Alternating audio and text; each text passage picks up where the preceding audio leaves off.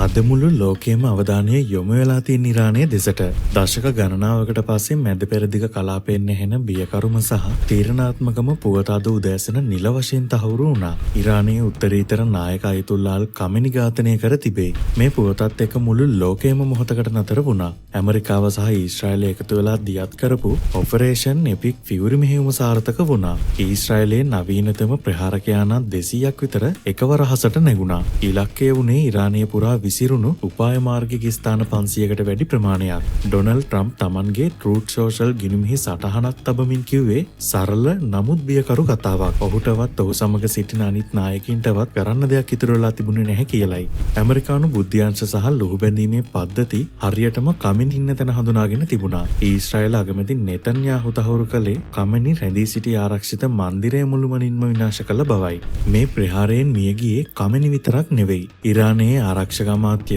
අමීර් නසීසාදේ විප්ලවීය ආරක්ෂක බලකායේ අනදින නිලධාරී මොහොමඩ් පක්පූර් ඇතුළු ප්‍රබලීන් රසක් මෙලව හැරගිහින් තිබුණා. ඒ විතරක් නෙවෙයි. කමෙනිගේ දියණිය මොනුපුරා ඇතුළු පවුලේ පිරිසකුත් මේ ප්‍රහාරයට ගොදුරු වෙලා තියෙනවා කියලා වාර්තා වෙනවා. ඒ වගේම දකුණු ඉරානයේ මිනාබ් නගරයේ ප්‍රාථමික පාසලකට එල්ල වුණ ප්‍රහාරයකින් අහිංසක දරුවන් 85 දෙනෙක් ජීවිතක්ෂයට පත් වෙලා තියෙනවා. මේ දේවල් දිහා ඉරානය නිකම් බලාගෙන හිටියේ නැහැ. ඔවුන් මේක හැඳින්වුවේ අහේතුක සහ නීති විරෝධී ආක්‍රමණයක් විදියට. මිනිත්තු කිහිපයක් ඇතුළත ඉරානයෙන් මිසයිල් සහ ඩ්‍රෝන් යාන 100 ගණනක් මුද හැරියා. ඉලක්කය උනේ ඊශ්‍රායලය විතරක් නෙවෙයි. ඩුබායි, අබුඩාබි, දෝහා වැනි නගරවලටත් මිසයිල් පතිත වුණා. බහරේනයේ තියෙන ඇමරිකානු නාවික හමුදා මධ්‍යස්ථානයකටත් ප්‍රහාර එල්ල වුණා. දැන් ලෝකයේම අවධානය තියෙන ඉන්ධන මිල ගැන. ඉරානය දැනටමත් හෝමුස් සමුද්‍ර සන්ධිය වසා දමා ඇති බවට නිවේදනය කරලා.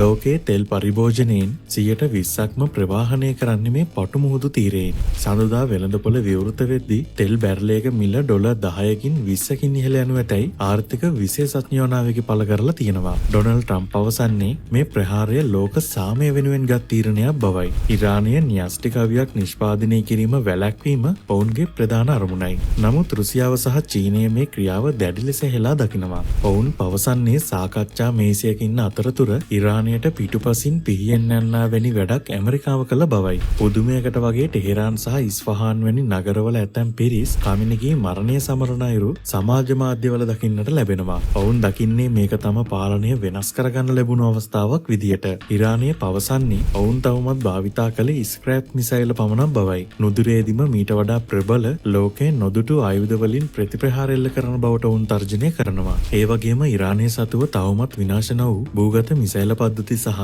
ප්‍රොක්සි කණ්ඩායම්. ඒ කියන්නේ හමාස්, හිස්බුල්ලා, හූති වගේ අය ඉතිරි වෙලා තියෙනවා. ඔවුන් ලවා මැද පෙරදිග පුරා විසිරී ඇති ඇමරිකානු කඳවුරු වලට මරාගෙන මැරෙන ප්‍රහාර එල්ල කිරීමේ වැඩි අවදානමක් තියෙනවා. ඉරානය දැනටමත් ඩුබායි, අබුඩාබි සහ දෝහා වෙත ප්‍රහාර එල්ල කර තිබීම බරපතල තත්ත්වයක්. ඉරානය මෙයින් අදහස් කරන්නේ තමන්ව විනාශ කරනවා නම් තමන් වටා සිටින ඇමරිකානු හිතවාදී ධනවත් රටවල්ද විනාශ කරන බවට දෙන පණිවිඩයක්. යුක්‍රේන යුද්ධයේදී ඉරානය රුසියාවට ගොඩක් උදව් කළා. ඒ නිසා රුසියාව ඉරානය තනි කරන එකක් නැහැ. රුසියාව ඍජුව යුද්ධයකට නොපැමිණියත් ඉරානයට නවීන ගුවන් ආරක්ෂණ පද්ධති සහ බුද්ධි තොරතුරු ලබා දීම හරහා ඇමරිකාවට සහ ඊශ්‍රායලයට දැඩි පීඩනයක් එල්ල කරන්න පුළුවන්. කොහොම හරි මේ ගැටුම ලංකාවේ ආර්ථිකයට ලොකු බලපෑමක් එල්ල කරනවා.